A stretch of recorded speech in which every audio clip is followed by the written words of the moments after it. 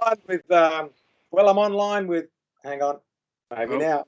I'm online with Fraser Corbett, legendary international stuntman and stunt coordinator. Hello, buddy. Good to see hi. you. Good to see you too. It's been a long time, Fraser. Can you remember when you first attended Stunt Academy? I can very fond memories of being there. Yeah, for sure. I think it was 2002 in the winter time. All right. Wow, that has been a long time, and what an illustrious career you've already had. So congratulations on that. Thank you. Thanks very much. So just go back before even Stunt Academy. What were the sports you were playing, and what were your hobbies? I grew up on a farm, so I was always riding horses and snowmobiles and dirt bikes and stuff. I played baseball from a very young age. I ski raced. I played a bit of hockey, and then I was always involved in school sports too, soccer, rugby, basketball, whatever I could get into. There's not much to do in a small town, so sports was kind of it. That's great because I do remember when you attended Stunt Academy, you were very athletic and picked things up pretty quickly. So I don't think you'd had a martial art background at that stage, but since then, of course, you've done so much training and so much work. Tell us a bit about the training when you finished Stunt Academy and you got back to Canada. Um, yeah, as soon as I finished, I definitely knew that martial arts and gymnastics were a weak point where I had no background. So I think I probably trained 4 to 6 nights a week, going to different taekwondo classes, some kickboxing, a little bit of fencing. I went to gymnastics 2 or 3 nights a week with a bunch of stunt guys, and it was basically 4 years, like a college degree of training every night. Um, Yeah. and I don't definitely don't train as much anymore now, but when I was younger, I was hungry for it. Oh yeah, and you were extremely athletic, and I think all that training when you got back to Canada and the training with other stunt performers, you got to introduce yourself, and they got to see you in action, and that's probably what led to your first couple of jobs. Tell us about those. Absolutely. It's I think anywhere in the world, it's a little different now, but it's always a circle, like a brotherhood or like a tight group of uh, it's a group of people. And when I got in, at least they didn't let you in so easily. So I kind of started training on the outside and always hanging out, and then one or two of them would talk to you, and I'd go and try and just ask how I could be helpful. They'd see me on set doing background work, and over the years, kind of got into the circle, I guess is what I call it. And they tell the coordinators that you've been training and working hard, and it just kind of one thing led to another over the course of about 4 years until I got my full union status here in Vancouver. That's fantastic, and I know you're an accomplished actor too, and those early days of just being on set as an extra. I mean, that's how I started in Hollywood myself, and when you're on set, you get to see people in action. You're watching the director and how he operates with the stunties and the actors, and it's probably one of the best training grounds of all. Yeah, you learn a lot as long as you're attentive, I guess. I was always trying to get a feel for the coordinator when I was doing background work, and if I could help him out or if I was just being in his way, I'd go away. But always trying to watch from a convenient place and learn from everyone there, and while not getting in the way. Yeah, I guess that's a fine line, isn't it? The squeaky wheel gets the grease, but you've got to be a little careful how you stay in their faces. But I do recall that just introducing yourself to a lot of people on set was extremely helpful and being helpful. I guess you probably started volunteering your time on sets with stunt people.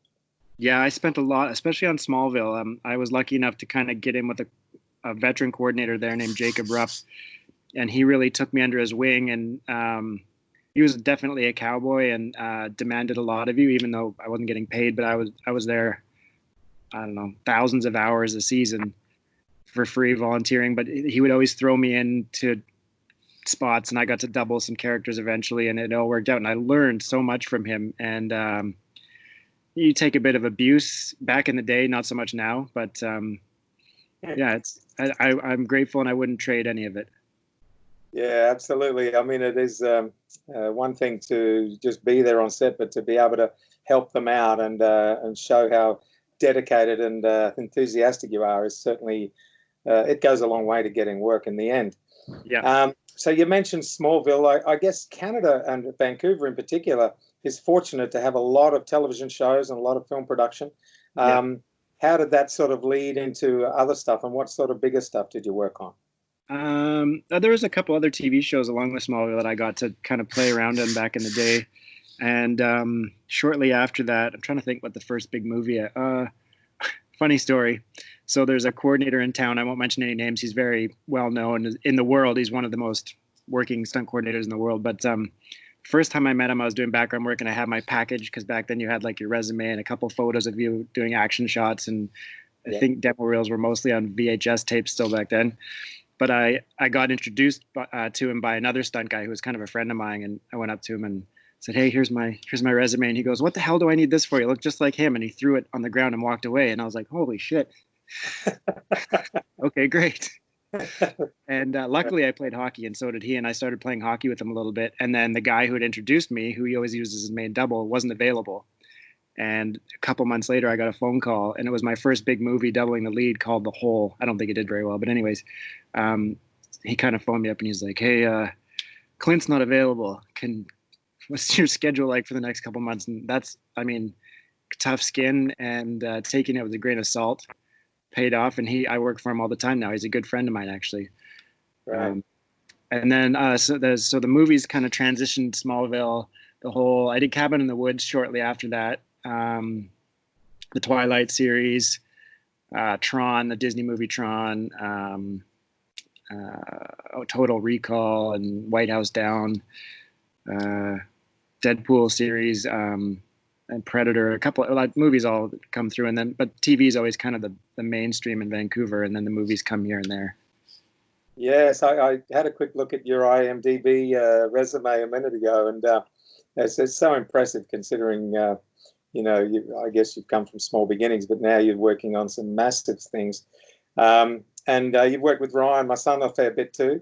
Yeah, I consider Ryan one of my very best friends, and I think we have an online poker game tonight that we're gonna chirp each other, see if I can take his money.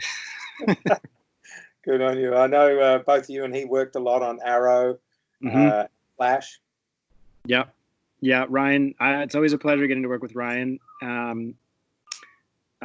One of the first bigger movies I got to coordinate was a WWE Marine movie, and Ryan doubled the lead in that movie. So I was coordinating and he was doubling the lead, and we had a lot of fun, and it's great having him because he's so knowledgeable and talented. For me, my coordinating philosophy, it varies for everyone, but I try and have the best people and not let my ego get in the way. Yeah. I want people who can do a better job performing than I can. And Ryan definitely being one of those guys. He's going to make me look good, and I feel confident that we're going to get the best shot possible. Whereas there's other philosophies in town where it's like, oh, I don't want anybody to tell me what to do or show me up or anything like that. It's a team effort. Well, it makes total sense too. And Ryan obviously talks highly of you as well as a mate and a coordinator. But I know that surrounding yourself with the best people is the best way to do it, because it just makes you look better. And then it gives the production confidence that you've got the best people and you're going to do the great job. Exactly. It leads to bigger and more jobs, hopefully. Yeah, exactly. And I guess nobody likes talking about injuries, but I know you had a pretty major one on something. Well, tell us about that. What I think the one you're talking about is probably when I broke my leg on iZombie. I don't consider it the worst injury, but it was definitely the most traumatic at the time. I came through a ceiling, and the hole in the ceiling, I had to pencil dive through. I couldn't fit through with my shoulders like that. Yeah. It was about 12 feet. And of course, coming through the ceiling tile, I couldn't look down because I'd knocked myself out on the way down, and it was the concrete, and tried to stick it. Didn't work. Physics demands that something's got to give.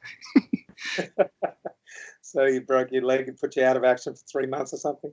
Yeah, I did. Luckily, the same coordinator who threw my resume on the ground was kind enough to throw me in a car as a passenger as soon as I could kind of hobble around on 50 Shades of Grey. So I got to ride around in a fancy car for a couple weeks, and I'm very grateful for that opportunity. And then after that was the Marine, actually, when I was still kind of coming back and rehabbing. And then I think the worst injury is concussion stuff, and sometimes you don't even know you gave yourself a concussion, and then the next day you're like, oh. And as I get older and have done more stunts and stuff, it's starting to it's with a broken leg. Most of the time, the doctor says 6 weeks you'll be back to training, and 6 months you'll be normal. Yeah. The head, no one seems to know and can give you answers, so that it's a scarier beast in my opinion. But you just have to take care of yourself and minimize the risk as much as possible. Wear a helmet in rehearsals. Warm up your neck. Good God. Yeah. Yeah. Well, that's a very interesting topic, is concussion, and I bring it up with my son Ryan all the time as well. That you've got to watch those concussion injuries, because I mean, there's movies out about it. The gridiron players and football players that constantly smashing, and so as a stunt performer, you've got to look after yourself if you want longevity. That's for sure. Yeah, we've had a few deaths in our community, concussion related, and post traumatic PTSD syndromes and stuff like that in our community. And actually, a professional hockey player just last week died of a brain bleed. So it is a real thing, and it's not to say that stunts needs to change. It's just you need to do your due diligence and make sure it's as safe as it can. The risk's always going to be there. That's why we're there. But just watch your back when you can. Absolutely, and the stunt industry itself is a lot safer than it's ever been. I remember watching the old westerns where you see stagecoaches rolling over and guys falling off horses and jumping horses over, canyons and landing in the rivers. And I mean, back in those days, they were called ground pounders because they just hit the ground. Yeah, they'd throw a newspaper in their back pockets to kind of break the fall. Hooper. Hooper's one of my all-time favorite movies. We always say if you get a bruise, just rub another $100 on it. That'll help it go away. Well, we're right amid the Corona crisis now, so it's terrible what's happening in the world. But it's great for me because I get to talk to people like you who aren't so busy at the moment. And how are you coping with the whole lockdown thing? Pretty good. We're very lucky in Vancouver. It hasn't really hit here hard. Like, it's here. There's people sick and a few people have died, but it's pretty good. And everyone seems to be staying at home or doing what they're asked, which is nice. And it's giving me time to do things I never do. Just have to keep reminding myself of the positives of the situation where you can find them. And although I'm itching to get back to work and I'm really itching to see my friends, but you make the best of it. This is a great thing that's come out of it, is being able to FaceTime with great friends and people I never see. Yes, I know it is. It's the main form of communication at the moment. And I was going to say, your memories of Stunt Academy back in the day, they were really early days for everybody. But how were those? What were the most fond memories you can remember? I went to Stunt Academy in 2002 with one group, and then I came back for Danger Zone like a year and a half later or something like that. So I got two really good experiences with two different groups of people. And I don't know, I like doing the high falls. It scared the shit out of me at the time. The fire was a lot of fun. Car stuff, anything that I excelled at I liked, but there was so much stuff that I did not excel at, and really woke me up to like, hey, if I want to do this, I got a lot of work ahead of me. And I think Stunt Academy was so great for giving you a very wide array of skills that you need to then hone on your own time.